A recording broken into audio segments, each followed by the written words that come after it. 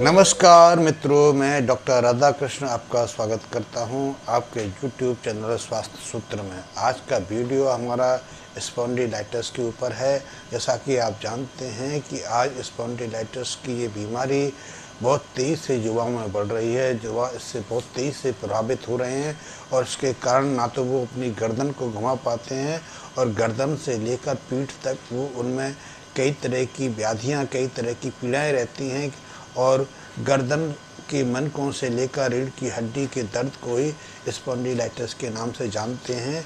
इसके लिए कई बार डॉक्टर्स एक्सरेस वगैरह कराते हैं, एमआरआई कराते हैं, लेकिन उसमें कोई ज़्यादा व्याधि नहीं मिलती है। उसमें यदि कभी कुछ पता भी चलता है तो इतना पता चलता है कि दो मनकों के बीच में, रीढ़ की दो हड्डियों के बीच में या गर्दन की हड्डियों के बीच में कुछ गैप आ गया है और उसके कारण उनको ये पीड़ा और दर्द की शुरुआत हुई है। जो लोग स्पॉन्डिलाइटिस से पीड़ित हैं उनको पता है कि इसकी दर्द की आवृत्ति कितनी तीव्र होती है और इसकी दर्द की अनुभूति के कारण वो कितने परेशान रहते हैं, क्योंकि जो स्पॉन्डिलाइटिस से पीड़ित हैं वो ज़रा भी अपनी गर्दन को हिलाते हैं, थोड़ा सा गर्दन को लेफ़्ट से राइट की तरफ मूव करते हैं या ऊपर नीचे की तरफ ज़रा सा भी उसको गति देते हैं तो उनके प्राणों पर बनाती है। वो दर्द के मारे चीख उठते हैं, जबकि ये कोई व्याधि भी नहीं है, ये सिर्फ पोस्चर की गलती के कारण है। ये बैठने उठने और गर्दन को एक स्थिति में बनाए रखने के दुष्परिणाम के रूप में होता है और इससे सहज निजात भी मिल जाती है। लेकिन क्योंकि हम इसके बारे में जानते नहीं हैं, इसको हम ठीक से समझ नहीं पाते हैं या हमें इसके बारे में ठीक प्रकार से समझाया नहीं जाता, इसलिए हम इसको एक गंभीर बीमारी मान लेते हैं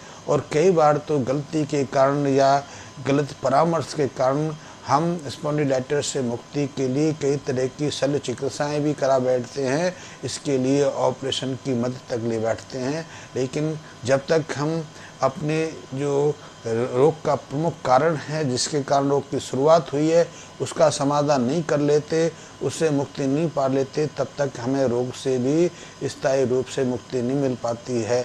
आपने देखा होगा बहुत सारे लोग, बहुत सारे स्त्री पुरुष आजकल अपनी गर्दन में एक पट्टा बांध के घूमते हैं। वो स्पॉन्डिलाइटिस के लिए रहता है, जिससे कि उनको गर्दन को कुछ सपोर्ट मिलती है, गर्दन को स्थिर रखने में थोड़ी सहायता मिलती है और उसको एक उपचार के रूप में आजकल प्रचारित किया जा रहा है। लेकिन यथार्थता ऐसा है कि यदि हम जब तक अपनी स्थिति को, अपनी बैठने उठने की पोस्चर को सही रूप नहीं देंगे, तब तक हमें स्पॉन्डिलाइटिस के आक्रमण बार बार झेलने पड़ते हैं। जैसा कि आप जानते हैं कि आजकल मोबाइल, टैबलेट, लैपटॉप आम बात हो गई है। हर व्यक्ति के पास अपना मोबाइल फ़ोन है और वो मोबाइल फ़ोनों पर लगातार कई कई घंटे तक कार्य करते रहते हैं, कई तरह के कार्यक्रम देखते रहते हैं। यदि कुछ नहीं मिले तो वीडियो देखते हैं, गाने सुनते हैं या वीडियो, या फिर वो एक दूसरे के साथ में कॉम्प्रेस में संपर्क में रहते हैं, जिससे कि गर्दन को वो कई कई घंटे तक एक ही स्थिति में झुका कर रखते हैं, जिससे कि उनकी गर्दन के मनकों में तनाव रहता है, उनकी मसल से जो हैं मांसपेशियाँ ऐंठ जाती हैं और उसके कारण उनमें स्पॉन्डिलाइटिस की शिकायत शुरू हो जाती है। इसी तरह बहुत लोग लेट के या गलत स्थिति में बैठ के पलंग पर, सोफे पर, लैपटॉप पर काम करते रहते हैं या टैबलेट पर काम करते रहते हैं, तो उसके बाद भी उनमें स्पॉन्डिलाइटिस की शुरुआत हो जाती है। इसी तरह बहुत लोग टेलीविज़न के आसपास चिपके रहते हैं, टेलीविज़न पर घंटों चिपके रहने से भी उनमें स्पॉन्डिलाइटिस की शुरुआत हो जाती है। कुछ लोग ड्राइविंग करते हैं, लंबी लंबी ड्राइविंग पर जाते हैं और वो ड्राइविंग में एक ही स्थिर पोस्चर में कई घंटे तक बैठे रहते हैं। इसके कारण भी उनमें स्पॉन्डिलाइटिस की शुरुआत होती है। कई लोग तो दर्द के कारण वॉमिटिंग और नौसिया की शिकायत भी करते हैं। ये भी एक गंभीर बीमारी बन जाती है और उसके लिए वो लगातार कई कई महीने, सालों तक कई तरह की दवाएं खाते रहते हैं।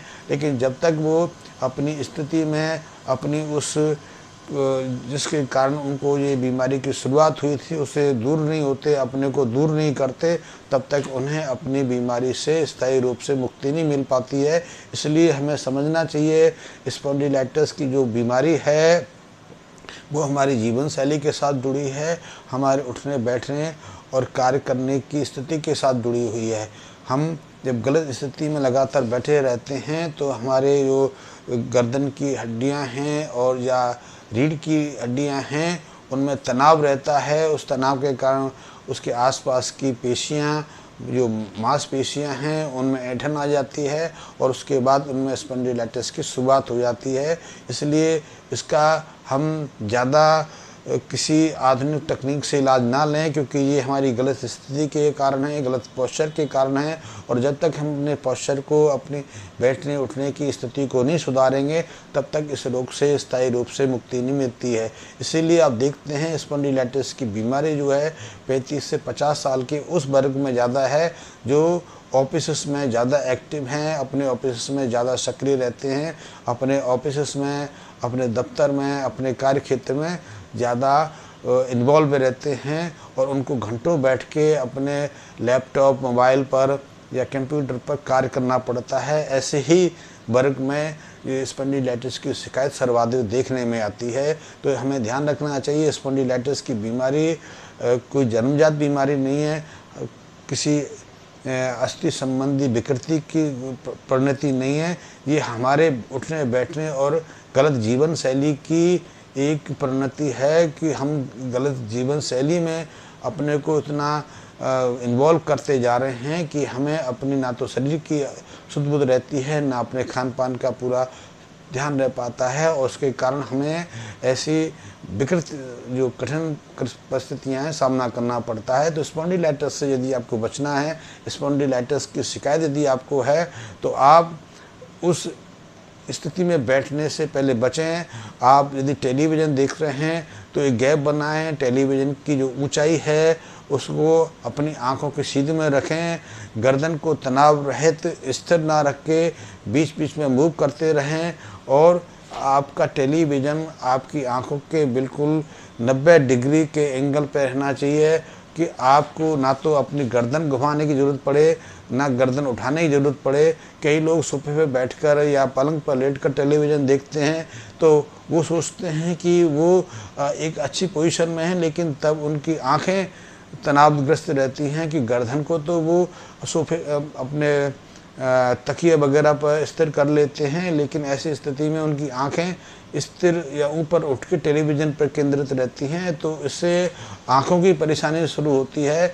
स्पॉन्डिलाइटिस तो जो बचे रहते हैं, गर्दन की बीमारी तो उन्हें परेशान नहीं करती, लेकिन आंखों की संबंधी कई तरह की विकृतियाँ हो जाती हैं। तो लेट के टेलीविज़न देखना भी गलत है और टेलीविज़न को गलत ऊंचाई पर रखना भी गलत है। इसलिए टेलीविज़न को सही स्थिति में रखें। जो लोग कंप्यूटर पर काम करते हैं उन्हें कंप्यूटर की स्थिति भी सही रखनी चाहिए, कंप्यूटर को सही अवस्था में रखना चाहिए और स्वयं भी बीच बीच में आंखों को विश्राम देते रहना चाहिए, गर्दन को घुमाते रहना चाहिए, गर्दन को मूव करते रहना चाहिए, जिससे कि गर्दन की पेशियां ऐंठे ना, गर्दन की हड्डियां जो हैं वो तनावग्रस्त ना हों, इससे कि उनमें स्पॉन्डिलाइटिस जैसी कोई समस्या ही उत्पन्न ना हो। इसी तरह कुछ लोग ऑफिस में एक ही स्थिति में लगातार कई घंटे बैठे रहते हैं, तो ऐसे लोगों को हर घंटे आधे घंटे में अपने पोजीशन में बदलाव करते रहना चाहिए। अपनी कुर्सी से खड़े होकर 2-4 कदम चहलकदमी कर लेनी चाहिए। और आजकल तो ऑफिस में एक और नई शुरुआत हुई है कि अब स्टैंडिंग अवस्था में बहुत सारे युवा काम करने लगे हैं। स्टैंडिंग जो उनकी चेयरें बन रही हैं वो इसी बात को ध्यान में रख रही हैं कि उनको कमर या रीढ़ की हड्डी या गर्दन की हड्डियों को ऐंठन से बचाए रखा जाए, उनमें स्पॉन्डिलाइटिस या बैकबोन जैसी की समस्या का सामना ना करना पड़े। तो ये अच्छी शुरुआत है और हमें अपने लिए उपयुक्त ऊंचाई की, उपयुक्त स्थिति की चेयर का इस्तेमाल करना चाहिए, जिससे कि हमारी गर्दन है वो तनाव मुक्त रहे ऐंठे ना, ताकि हमारे को स्पॉन्डिलाइटिस की समस्या का सामना ना करना पड़े। लेकिन कुछ लोग स्पॉन्डिलाइटिस के कारण डॉक्टरों के से कंसल्ट करते रहते हैं। डॉक्टर भी उन्हें कई तरह की मेडिसिन प्रिस्क्राइब करते हैं, कई तरह के पेन किलर देते हैं, शोध निवारक दवाएं देते हैं। आजकल एक स्पॉन्डिलाइटिस से मुक्ति के लिए एक उपचार पद्धति आई है, उसको हम कहते हैं high frequency ultrasonic high frequency stimulation for chronic patient. तो उसको भी उसकी मदद लेते हैं, लेकिन उसका कोई ज़्यादा लाभ स्पॉन्डिलाइटिस में नहीं मिलता है। इस तरह कुछ लोग सर्जरी के लिए भी स्वयं को तैयार करते हैं, लेकिन मैं तो कहूँगा सर्जरी या ऐसी कोई कृत्रिम उपचार पद्धति का प्रयोग करने से पहले यदि ऐसे जो स्पॉन्डिलाइटिस के मरीज हैं वो योग का प्रयोग करें, वो एक्यूप्रेशर और एक्यूपंक्चर की मदद लें तो ज़्यादा उपयुक्त रहता है।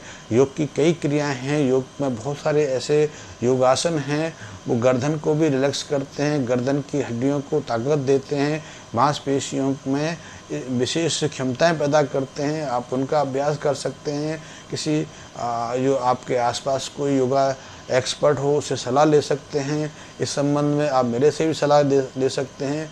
मैं आपको और किसी को भी निःशुल्क में हर तरह की परामर्श देता हूं, तो कभी भी बात कर सकते हैं। तो आप योग का अभ्यास कर सकते हैं, तो योग से आपको बहुत अच्छा लाभ मिलेगा। आप अपने खान पीन में बदलाव कर सकते हैं। आप यदि बिस्तर पर सोते हैं तो कम ऊंचाई का तकिया प्रयोग करें, कठोर तकिया ना हो, ये भी आपको स्पॉन्डिलाइटिस से बचाएगा। आप चाहें तो एक विशेष औषधि तैयार कर सकते हैं। इसे सैकड़ों वर्षों से प्रयोग में लाया जाता है। इसके लिए आपको कुछ सामग्री की ज़रूरत पड़ती है। ये सामग्री किसी भी हर्बल बेचने वाले के पास सहजता से उपलब्ध हो जाती है। इसके लिए आप चाहें तो 100 ग्राम चौक चीनी और 100 ग्राम बायोडिंग, 50 ग्राम अश्वगंध नागौरी, 50 ग्राम आप शतावरी और 50 ग्राम आप आमिया हल्दी, इनको आप वहाँ से खरीद के ला सकते हैं। इनको आप अलग अलग अच्छे से पीस लें, बारीक कर लें, कपड़े से छान लें, फिर इनको आपस में मिक्स कर दें। ये एक पाउडर तैयार हो जाएगा। इस पाउडर को आप एक तरफ रखें। फिर 15 किलो मोटे गेहूं का आटा लें। आटा यदि आप देसी ले सकें, पुराना काठिया गेहूं का आटा ले सकते हैं या शरबती गेहूं का आटा ले सकते हैं, बहुत उपयुक्त है। आप आटा ले लें, 15 किलो आटा लें, उसको 1 से सवा किलो देसी गाय के घी में अच्छे से भून लें। जब वो भुन जाए तो ये जो हर्बल पाउडर है उसमें मिक्स कर लें। इस मिक्सचर में चाहें तो आप 200 से 250 ग्राम आप अखरोट की गिरी भी डाल सकते हैं। इसमें 2 किलो देसी खांड या देसी बूरा डाल लें। इसको अच्छे से मिक्स कर लें, भून लें और इसके 100 ग्राम के लड्डू बना लें।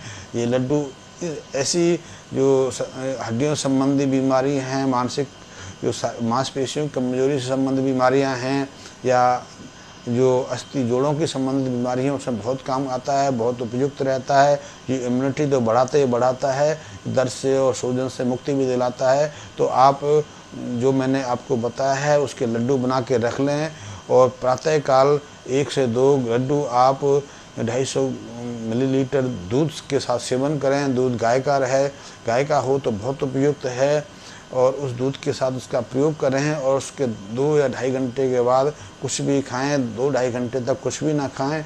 ये आपके लिए बहुत अच्छा रहेगा, आपकी इम्यूनिटी बढ़ाएगा, आपको ताकत देगा, आपके लिए रोग रक्षक का कार्य करेगा। आप इसका प्रयोग करके देखें। अब स्पॉन्डिलाइटिस के साथ साथ हड्डियों के संबंध में जो दूसरी बीमारियां हैं जो आने वाले समय में आपको परेशान कर सकती हैं, या आपको मोटापा है, आपका पेट खराब रहता है, आपको भोजन सही से नहीं पचता, उसके लिए भी ये जो लड्डू हैं बहुत उपयोगी रहेंगे आपके लिए।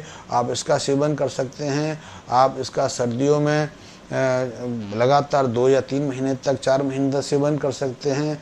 चाहें तो इस जो पाउडर है लड्डू बनाने से पहले उसमें आप आधा केजी सफ़ेद तिल भी डाल सकते हैं। इससे इसकी गुणवत्ता बढ़ जाती है क्योंकि तिल में कैल्शियम की विशाल मात्रा रहती है। कैल्शियम को कैल्शियम का सबसे अच्छा स्रोत हम तिल को मानते हैं। ये हड्डियों की मजबूती के लिए बहुत आवश्यक है। आप इसको करके देखें तो स्पॉन्डिलाइटिस के साथ साथ आपको अन्य बीमारियों से मुक्ति मिलेगी। आप अपने शरीर में एक अद्भुत शक्ति का संचार महसूस करेंगे। आप अपने तरोताज़ा महसूस करेंगे। और यदि आपने इस लड्डू का 1 से 2 साल तक सेवन कर लिया तो निश्चित ही आप अपने आप को कम से कम 5 साल युवा महसूस करेंगे। आपके चेहरे की झुर्रियाँ गायब होने लगेंगी और आपका बुढ़ापा ऐसे धीमी गति का हो जाएगा। बुढ़ापा देरी से आएगा और आप अपने को ज़्यादा पौरुष शक्ति से संपन्न महसूस करेंगे। छोटा सा प्रयोग स्पॉन्डिलाइटिस पर, छोटी सी जानकारी आपके लिए बहुत उपयोगी होगी। आपको यदि मेरा वीडियो पसंद आया तो आप लाइक करें, सब्सक्राइब करें और दूसरों के साथ शेयर करें। इसी के साथ मैं इस वीडियो की समाप्ति करता हूँ। धन्यवाद।